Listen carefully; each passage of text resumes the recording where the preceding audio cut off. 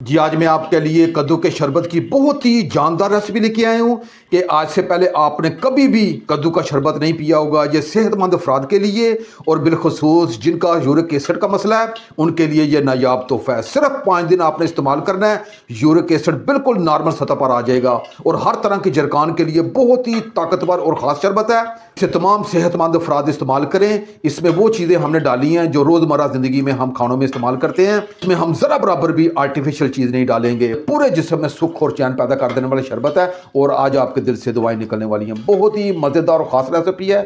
आइए अपनी रेसिपी की तरफ चलते हैं। बिस्मिल्लाहिर्रहमानिर्रहीम। लाखों करोड़ों अरबों दुरूदो सलाम आप सल्लल्लाहु अलैहि वसल्लम पर और आपकी आल पर। अल्लाह ताला आपको खुश रखे। मैं हूं तारिक जावेद, आप देख रहे हैं दादा तारिक रेसिपी। आज के बहुत ही ताकतवर कद्दू के शरबत के लिए मैंने 1 किलो कद्दू लिए हैं और कद्दू आपने फ्रेश लेने हैं।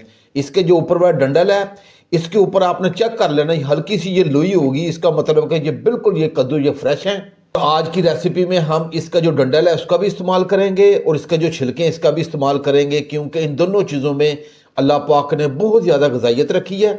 इसे हम अच्छे तरीके से साफ़ करेंगे, धोएंगे। इसका साफ़ करने का क्या तरीका वो मैं आपको बता देता हूँ।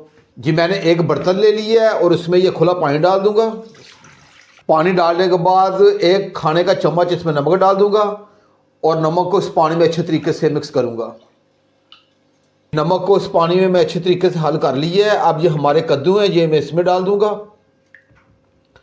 और इसे हाथ की मदद से अच्छी तरीके से इसे मसल के इसे धोऊंगा, इसके डंडल को भी और ये मुकम्मल कद्दू को मैंने अच्छे तरीके से इसे धोना है ताकि इसमें ज़रा बराबर भी मट्टी ना रहे। मैंने अपने तमाम कद्दुओं को नमक वाले पानी से अच्छे तरीके से धो लिया है। अब इस पानी को मैं गिरा दूंगा और इसे 1 से 2 पानी अच्छे तरीके से धो के आपकी खिदमत में मैं हाजिर होता हूँ। जी मैंने अपने तमाम कद्दुओं को अच्छे तरीके से धो लिया है। अब सबसे पहले इसका जो ऊपर वाला डंडल है ये हम अलग कर लेंगे। ये छिलके समेत मैंने डंडल इसका अलग कर लिया है। इसके पीछे वाला थोड़ा सा हिस्सा हम इसे उतार के फेंक देंगे, इसका कोई काम नहीं है।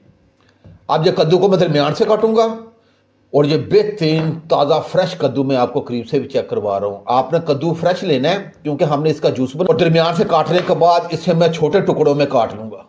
जी मैंने एक कद्दू को छोटे टुकड़ों में काट लिया है। अब इसी तरह मैं दूसरे कद्दू की कटिंग करके आपकी खिदमत में मैं हाजिर होता हूँ। जी मैंने तमाम कद्दुओं की कटिंग कर ली है और इसे अलग बर्तन में निकाल लिया है। मैंने ऑन कर लिया है और आंच को मैंने मीडियम रखा है, ऊपर कढ़ाई रख ली है। अब इसमें 1.5 लीटर पानी डाल दूंगा। तकरीबन 6 गिलास पानी बनेंगे, ये 2 गिलास है। बिस्मिल्लाह। जी मैंने 1.5 लीटर पानी डाल दिया है। हमारे कटिंग किए हुए ये कद्दू हैं ये डाल दूंगा। कटिंग किए हुए कद्दू इसका डंडल सफेद डाल दिए। अब मैंने 3 अदद ये लेमू लिए हैं और इसे अच्छी तरीके से धो लिया है। इसे हम छिलके समेत इसमें डालेंगे क्योंकि अल्लाह पाक ने इसके जो छिलके हैं इसमें बहुत ज़्यादा ग़िज़ाइयत रखी है। ये डाल दूंगा, अच्छे तरीके से मिक्स करूंगा और इसे मीडियम आंच पे पहला उबाल आएगा तो इसे 5 मिनट के लिए मैं इसे कुक करूंगा। जी पहले उबाल के बाद मैंने कद्दुओं को तकरीबन 5 से 6 मिनट के लिए इसे कुक कर लिया है। अब इसका ढक्कन उठा के चेक कर लेते हैं। ये लें हमारे बेहतरीन ये कद्दू ये सॉफ्ट हो चुके हैं और ये इन तमाम कद्दुओं का जो अर्क है वो इस पानी में आ चुका है। और हमने 3 अदद ये लेमू डाले हैं, इनका भी अर्क और जूस इस पानी में आ चुका है। अब ये हमारे पास लेमू हैं, इनके छिलकों का भी अर्क आ चुका है। अब इसे मैं अच्छे तरीके से निचोड़ के लेमुओं को बाहर निकाल लूँगा। अब ये चूल्हे की फ्लेम को एक मरतबा ये मैं ऑफ़ करूँगा और इसे थोड़ा सा ठंडा करूँगा। ठंडा करने के बाद इसे ग्राइंडर जार में डाल के इसी में से पानी लेके ग्राइंड करके आपकी खिदमत में मैं हाज़िर होता हूँ। ये मैंने तमाम कद्दुओं को ग्राइंडर जार में डाल के इसे अच्छे तरीके से ग्राइंड कर लिया है। बेहतरीन मेरे पास ये कद्दू का लिक्विड हमें मिल चुका है और इसमें वही पानी डाला है जिसमें हमने कद्दुओं को उबाला है। मैंने एक स्टेनर ले ली है। अब जो ग्राइंड किया हो हमारा ये कद्दू का लिक्विड है ये डाल दूँगा और इसे स्पैचुला की मदद से दबा के इसका तमाम अर्क और जूस नीचे कढ़ाई में उतार दूंगा। ये लें जी मैंने स्पैचुला की मदद से तो अच्छी तरीके से दबा दिया है और तमाम और अर्क और जूस नीचे कढ़ाई में उतर चुका है। अब ये खाली एक फोक सा रह गया, इसका कोई फ़ायदा नहीं, इसे मैं एक तरफ करूँगा। आज के ज़रिए कद्दू के जूस को मैं अच्छे तरीके से मिक्स करूँगा। ये बेहतरीन हमारे पास ये कद्दू का ये जूस हमें मिल चुका है। जी आज के कद्दू के शरबत के लिए मैंने शीरा एक कवाम तैयार करना है। इसके लिए मैंने 250 ग्राम ये गुड़ लिया है। आप गुड़ को बढ़ा भी सकते हैं, उसे कम भी कर सकते हैं। तो मैंने ये 250 ग्राम ये गुड़ लिया है और मैंने ये थोड़ा सा गहरे कलर का लिया है। आपने थोड़े से देसी गहरे कलर का गुड़ लेना है। अगर आपके पास गुड़ नहीं है फिर आपने मिश्री डाल लेनी है। कोशिश करनी है कि आपने चीनी का इस्तेमाल नहीं करना। अगर ये दोनों चीज़ें नहीं है फिर आप मजबूरन चीनी इस्तेमाल कर सकते हैं। गुड़ का इस्तेमाल करूंगा क्योंकि ये तासीर में भी ठंडा है और जायका भी बहुत कमाल का होगा। अब इसे मैं एक तरफ रखूंगा। कवाम तैयार करने के लिए मैंने चूल्हे की फ्लेम को ऑन कर लिया है और आंच को मैंने हल्का रखा है। ऊपर सॉस पैन चढ़ा लिया। अब इसमें नाप के 2 गिलास पानी डालूंगा। 2 गिलास पानी डालने के बाद ये हमारा देसी गुड़ है, ये मैं डाल दूंगा।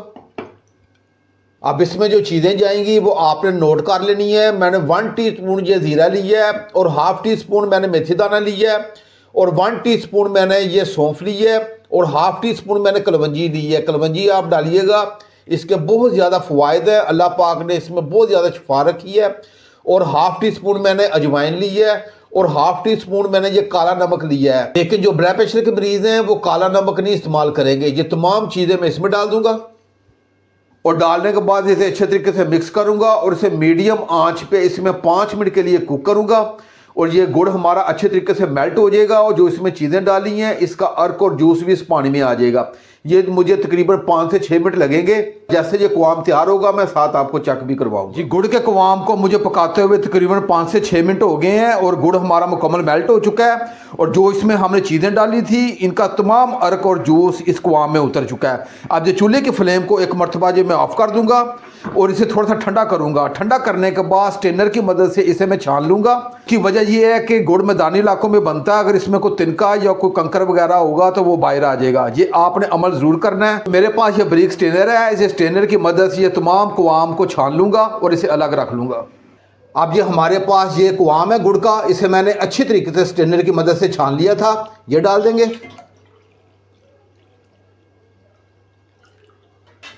और डालने के बाद इसे अच्छे तरीके से मिक्स करूंगा। अब आपने एक बात को नोट कर लेना है, अगर आपने इसे 10 से 12 दिन के लिए महफूज करना है फिर आपने इसे थोड़ा सा और मज़ीद पकाना है। उसकी वजह यह है कि इसका मुकम्मल हमने कच्चापन ख़त्म करना है। अगर आपने ये ताज़ा इस्तेमाल करना है फिर आपने इसी रेसिपी को दोबारा पकाना नहीं है।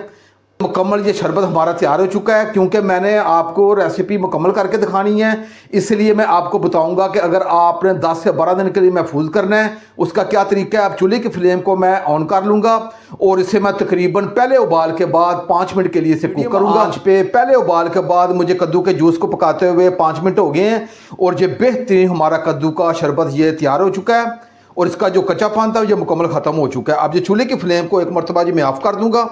इसमें हमने लेमू भी डाला है इसलिए ये ख़राब नहीं होगा। महफूज करने से ज़्यादा बेहतर है कि आप इसे ताज़ा बना के पिएँ। कि एक मरतबा ये आप बना के इसे 2 हफ्ते के लिए इसे महफूज कर सकते हैं। अब सबसे अहम बात है इसका पीने का क्या तरीका है और किस वक्त पीना है। अब इसे थोड़ा सा ठंडा करूँगा और ये मैं आपको बताऊँगा। बहुत ही ताकतवर और जानदार कद्दू के शरबत को ठंडा कर लिया है। अब इसे पीने का क्या तरीका है और इसे महफूज कैसे करना है। इसमें हमने लेमन का इस्तेमाल किया है। ये आप 12 से 15 दिन के लिए इस्तेमाल कर सकते हैं, ये ख़राब नहीं होगा। आपने कोई भी बॉटल ले लेनी है, इस तरह की बॉटल में ये मैं अपने शरबत को महफूज करूँगा। जी मैंने तमाम कद्दू के शरबत को बॉटल में महफूज कर लिया है। अब मैंने एक गिलास लिया है, इसमें मैं थोड़ी सी बर्फ़ डाल लूँगा।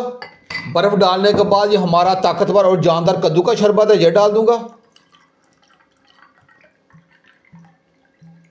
उसे चम्मच की मदद से एक मरतबा ये मिक्स करूंगा और ये बेहतरीन हमारे पास ये कद्दू का शरबत तैयार हो गया है। इसे पीने का क्या तरीका है, आपने सुबह नहार आपने ये शरबत पी लेना है। लेकिन जो शुगर के मरीज़ हैं वो गुड़ नहीं डालेंगे और जो ब्लड प्रेशर के मरीज़ हैं वो इसमें नमक नहीं डालेंगे। ये आपने बात को नोट कर लेना है। ये पूरे जिस्म में सुख और चैन पैदा कर देने वाला शरबत है।